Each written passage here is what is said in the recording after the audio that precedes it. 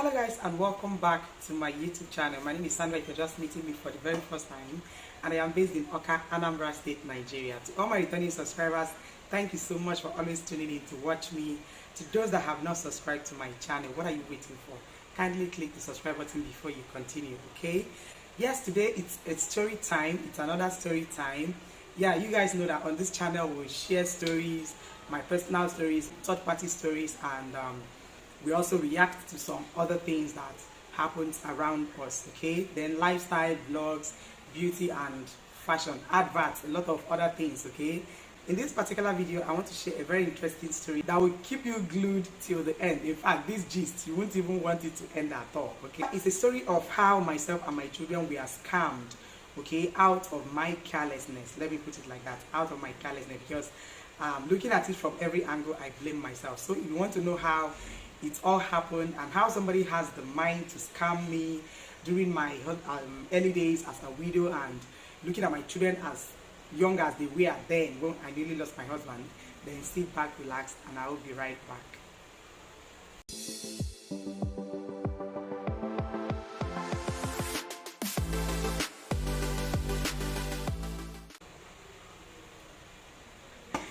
Yes, you guys, welcome back. I'm just laughing and smiling now, but when this story happened, it was not funny at all, because then it was so well with me that I had so much, okay, to lose to scammers. When I lost my husband, he was into this generator business, okay, they supply him generators, and he has a warehouse at Alaba International where he sells those generators. So during the early days when daddy left, there was this man, his business partner, I would say, let me just call him his business partner, because I won't say they are friends, they are just business partners. The man is from OKEKE, Anambra State. Yeah, this happened in February 2015. Yeah, February 2015. He called me that he believed that by now OGOM'S must have told me that he's owing him, as in my husband is owing him. So I told him, he didn't tell me anything like that, but however it is, I will try and see him. Let us talk about it. He said I should come to his office at Alaba. So he said that my husband's boys, because his brothers were selling at that generator house that time, as in they were selling under him. So he said my husband's boys came to carry 5 generators from his shop. This LA Pack generator, because at Alaba then my husband sells LA Pack. They know him for that brand, okay? So he said they should that they came to carry 5 LA Pack from his shop, and they did not pay him back the money. And you guys, trust me, if I tell you I know how that business went down, or maybe how the money that was realized in that business was spent, I am lying, because I don't know. They just didn't let me come close at all. Let me put it like that. All glory to God. God has made a name for himself, and this have been raising my children with or without the help of anybody, okay?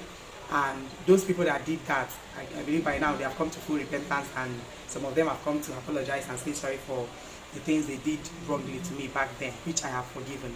But the truth remains that I don't know so much about that business. I mentioned it in one of my videos that I didn't really put so much interest in my husband business, because I was getting everything I needed as a wife. So I was so foolish and reluctant. I wasn't putting so much interest, okay? And it actually affected me. I shared that in one of my videos. I titled Why I Suffered After the Death of My Husband. I will link it in the description box, and you can scroll down to see the video. So this man, I went to see him in his office, and he said my husband was owing him 630,000. That's the cost of the 5 generators. I told him, Oga, you have seen the situation of things around me. There is no way I can promise to pay off this money like right this minute, okay?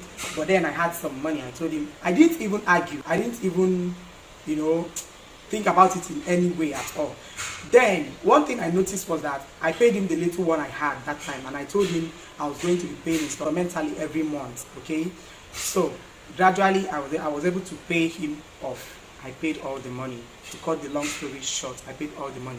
But one thing I noticed during that period was that this is my husband's cousin, name withheld. He will always be the one, he's also in that Alaba. He will always be the one to call me to remind me that it's time for me to pay the man. I don't know. Instead of the man reminding me, he will always be the one to remind me. And this started happening from the 4th month. of me paying that debt, he will always be the one to call me, Auntie Kwano, how are you people doing, and blah blah blah blah blah. He will now remind me about that money. I'm saying, okay, fine, I'm saving towards it and I will pay. Gradually I was paying until I was able to pay up that money. But then I didn't finish paying the whole money because it was remaining 130,000. I already paid 500. I already paid I think around 580, because what the man left for me was 50,000. Yes, I already paid around 580 before the man called me to say, that the remaining money he's just using it to support us, we can keep that one and blah blah blah blah blah. I told him, okay, I thanked him. But what made me to start being inquisitive to find out more about this money was that my husband's cousin was calling me, demanding for that remaining 50,000. That was what made me to get inquisitive about the whole thing. Okay, so I began to make inquiries because I needed to know why my husband did not tell me about that money, because he tells me almost everything, and I needed to know why he would leave his shop to go and carry generator in another person's shop. So I began to make inquiries. I went to Alaba, made inquiries, to know how close my husband is with that man. And after making my inquiries, I discovered that yes, they normally exchange goods. This person can go to this person's shop to carry goods, and the other person can go to the other person's shop to carry goods. Okay, so when I discovered all of that, it satisfied my spirit a little bit. My quest to find out more died off, up until one day when we are now packing things out of my mother-in-law's room, because my husband had this old diary. Okay, so when we moved from Lagos to the village, that his box, because anytime I see his clothes and stuff, it makes me, I don't know how to put it, it's, in fact, I don't know how to explain that one. So I took that his box to the mother's room, okay, so that it will be out of my sight for some time. When we are now sharing my mother-in-law's properties and all of that, they shared to me because I'm her favorite daughter-in-law, okay, so they shared to me. And when we are searching my husband's box, I saw that old diary, okay, and in that diary he was writing down people he was owing, and those he has paid, he will tick it good. I don't know if you guys are getting what I'm saying. And those he has not paid, he will write it not paid. So I saw that man's name in that diary. This thing happened after about 8 months or 9 months that I already completed paying that money. Okay, so because they left my mother-in-law's property for more than 1 year before they shared it among the daughters and the daughter-in-laws. I mean, her clothes and stuff like that. So when I saw that, it struck my heart immediately. I wanted to call the man immediately, but then I told my sister-in-law, the first daughter, I told her, who happens to be like my mother-in-law now.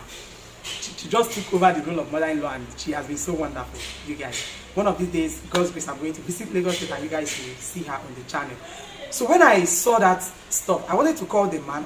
She told me, no, we are not going to call the man right this minute, but then we have to make some investigations. And I also shared with her how that our cousin, has been demanding for the balance of the 50,000. But then when I told him that a man forfeited that one for me, he stopped calling me for the money. So he said, let us first of all call that one. So when we called that cousin, we were on the call with him. The guy was just talking out of point. I was asking him, what is your connection with this man, and how come you are the one always demanding for this money? We were just talking nonsense. Then when he was not giving us the answers we need, we now decided to call the man himself. When we called the man was not giving us the answers again. And my sister-in-law said, Sandra, that means you're going with me back to Lagos. So I went with her back to Lagos, spent 2 days in her house, and we went to that man's office at Alaba. When we got there, you guys, this is the same office where the man was telling me that my husband was owing, that we need to pay him and stuff like that. Right in that same office, this man was not able to defend or show proofs of how he did the business with my husband until we showed him that diary. He said we should excuse him. We excused him. He went through the back door and did not come back to that office. We waited there for over 3 hours. He did not come back. We called and called and called. He was not picking our calls. You guys, after about a week, we went severally to the office. We did not see him. I don't know where he lives. We were calling down my husband's cousin to come and defend himself. He was not showing up. My sister-in-law was so angry and so mad at him because he reported out to the youths in the village. They could not do anything to him because he does not live in the village. Nobody knows how to locate him. And my sister-in-law did not know where he was living. It was only one of my brother-in-law that knows where that man was, that their cousin was leaving. So we had to trace him down to his house. After about a week that I was already spending in Lagos, we chased him back down to his house and we got him.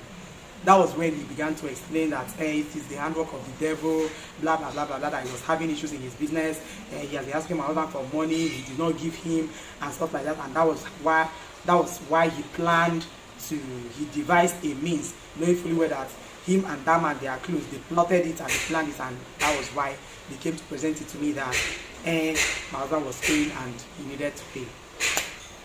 You guys, each time that day you will not see me. Life was, it was like I was dreaming, like somebody should wake me up.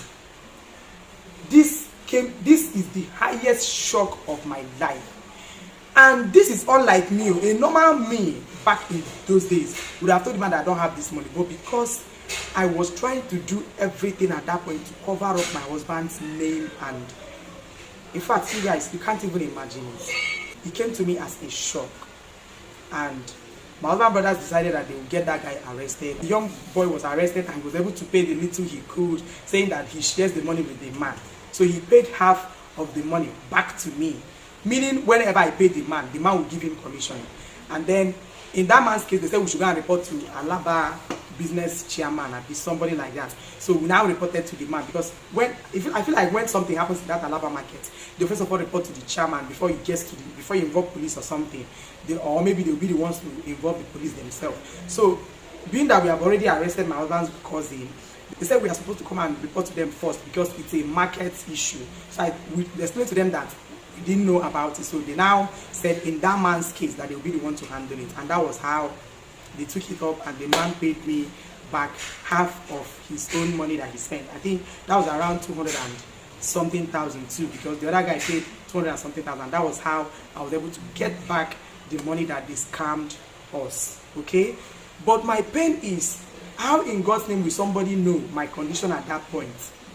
Not like he did not know what I was going through. Even if that other man did not know, that my husband's cousin that plotted this thing knows what I was facing, especially in the hands of some of my brother and sister-in-laws. He knew what I was bad. He knew the depths that we incurred trying to treat my husband and all of that. So I never expected such a thing to come from someone close by.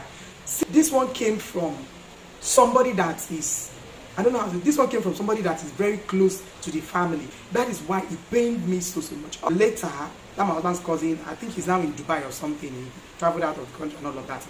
One day I was on Facebook and somebody chatted me up, do you know who I am, and blah blah blah. This is me and that is me. And sometimes he sends me money and I appreciate it, okay? Because when he came to apologize, I forgave him and I moved on with my life, because there is nothing you gain bearing grudges and all of that. So, but if that did not make me to forget the fact that he actually hurt me, okay? So, not like we are now that close, but then we still talk. Sometimes on Facebook we chat. But anytime he sends me a message, I remember that particular incident, okay? And even before I started sharing the story, I told him I was going to share it. He was begging me, don't mention my name. I told him no. He's now a big boy anyways. I told him no, I was not going to mention your name and blah blah blah. So we laughed over it, but then the story needs to be shared for people to learn from it. Onye mama to be anywhere, because him being the closest person, I never expected such from him. That was why, seeing that he was involved in the matter, I trusted and believed that the man was saying the truth, that my husband was owing him. And that was why I made all the efforts to pay him, okay? So that is all about this particular story. Thanks to God that finally I was able to get back my money. At that point, myself and my children, we are so down, okay? But glory to God, I was able to pay it, and I also learned from it. And another good part of it is that my husband was this kind of man that keeps record. Assuming he didn't keep that record, you guys, there's no way I would know about this, okay? There's no way I would know about it. But in as much as he's not that educated, but any little thing that happens, he puts it down in his diary. Even in that diary, you will see the day I disobeyed, the day I proved stubborn, and every small things that happened. Even the date I gave birth, you will see all of these things in any of his diaries. He's a record-keeping man.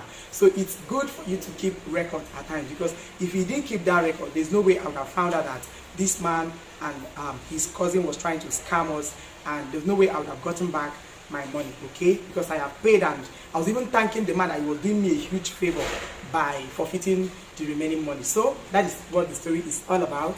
I hope you learned something from today's story time episode. Thank you so much, you guys, for watching this video.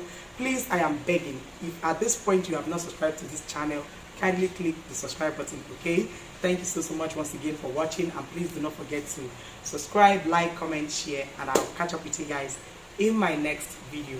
Bye.